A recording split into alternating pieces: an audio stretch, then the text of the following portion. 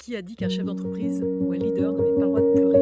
Ce matin, mon mari écoute un podcast en faisant ma peinture et forcément, j'écoute ce podcast.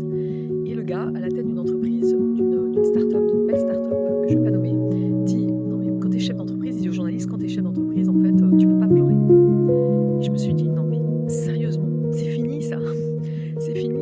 Et au pire, tu pleures, au pire, tu t'exprimes. C'est quoi le problème? Avant tout, tu es un humain. Avant d'être à la tête d'entreprise, tu es un humain. Comme les personnes avec qui tu bosses au quotidien, tes collègues, tes associés peut-être, tes partenaires, tu restes un humain. Et on sait que dans la vie d'un humain, on est traversé par des hauts, des bas, des émotions agréables, des émotions plus désagréables. Et à partir du moment où tu acceptes cela, d'abord, tu lâches la pression par rapport à toi. Et puis deux, si tu tiens parce que tu te dis ah non mais là il faut absolument pas que je pleure, faut absolument pas que je craque, t'imagines, c'est inconfortable pour ton corps, pour ton esprit, pour ton âme, pour ton cœur. Et alors que si tu te dis ok, t'arrives au bureau et tu dis ok, bon, aujourd'hui je suis désolée, mais je vais pas être dans ma meilleure forme.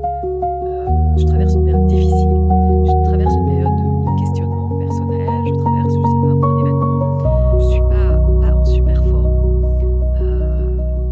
Donc, veuillez m'excuser de ça, ou en tout cas, si tu t'es pas obligé de t'excuser, mais si quelqu'un qui a l'habitude de te voir performant, un leader, toujours drôle, tu vois, à cacher un peu aussi ce qu'il vit de désagréable, d'inconfortable, t'as peut-être envie de t'excuser de ça, et ça c'est ok.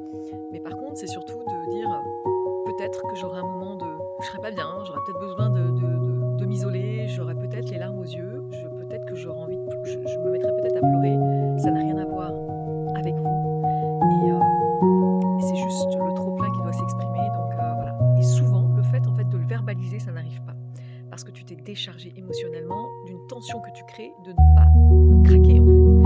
En tant que chef d'entreprise depuis 21 ans, avec mon mari, une entreprise qu'on a créée, montée de toutes pièces, on a vécu ça il y a 11 ans. On a vécu 2 deuils successifs à 8 jours, et je me souviens très bien avoir face au message de soutien de notre équipe à ce moment-là, de dire oui, effectivement, on traverse une période qui est très difficile, ça va être compliqué, ça va être ceci, ça va être ça. Moi, j'ai verbalisé.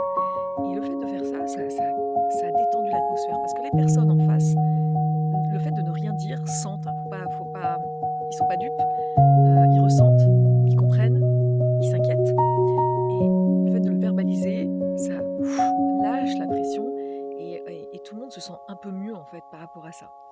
Et moi, je me dis aujourd'hui, un leader, ça reste d'abord un humain avec ses hauts et ses bas.